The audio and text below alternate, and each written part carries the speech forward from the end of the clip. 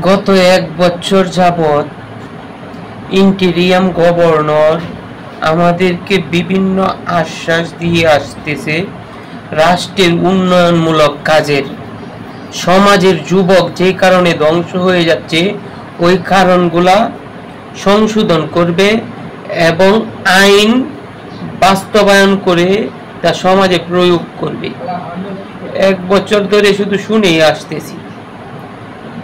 1 বছর পর তারা বর্ষপূর্তি পালন করেছে। স্বৈরাচার পতনের বিভিন্ন খসড়া সমাজের মানুষকে পাঠ করে শুনিয়েছি। কাজের কাজ আসলে কিছুই হয়নি। ইসলামপন্থীদেরকে ধরিয়ে দিয়েছে গুলালু, তাদেরকে কিছু দেয়নি। কিছু কিছু লোক মাথা বিক্রি করে দিছে, সুদ ঘুষ ওয়াজ বন্ধ করে দিছে।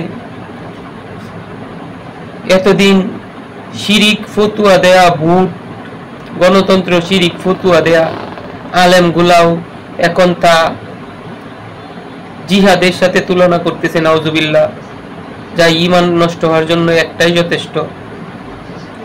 সবচেয়ে বড় কথা, ইন্টেরিয়াম গভর্নর রাষ্ট্রের বিভিন্ন উন্নয়নমূলক কাজের কথা বলছে।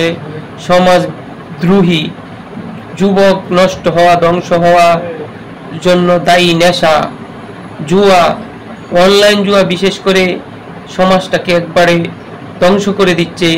এটা বন্ধ করার জোর দাবি দিয়ে জোর গলায় বলেছিল, কিন্তু আসলে কি অনলাইন জুয়া বন্ধ করেছে? বরং অনলাইন জুয়া এতটাই সরাসরি হয়ে গেছে, আপনি ইউটিউবে ঢুকলেও অনলাইন জুয়ার অ্যাডভার্টাইজ চলে আসবে, ফেসবুকে ঢুকলেও অনলাইন জুয়ার অ্যাডভার্টাইজ চলে আসবে, এবং কি আপনি কোনো কিতাব, ইসলামিক কিতাব অ্যাপস খুলতে গেলেই অনলাইন জুয়া চলে আসে, যা অত্যন্ত দুঃখজনক। কথায় কথায় খালি অনলাইন জুয়া খেলে এক একজন বাড়ি গাড়ির মালিক হয়ে গেছে, আর সমাজে দেখতেছি পুরাই ভিন্ন চিত্র।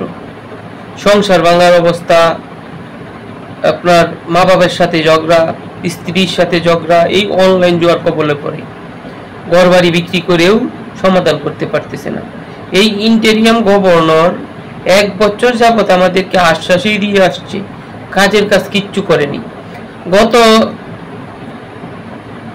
15 বছর পূর্বে প্রধানমন্ত্রী শেখ হাসিনা, উনি যা বলতেন কিছু হলেও তা সমাজে বাস্তবায়ন করতেন।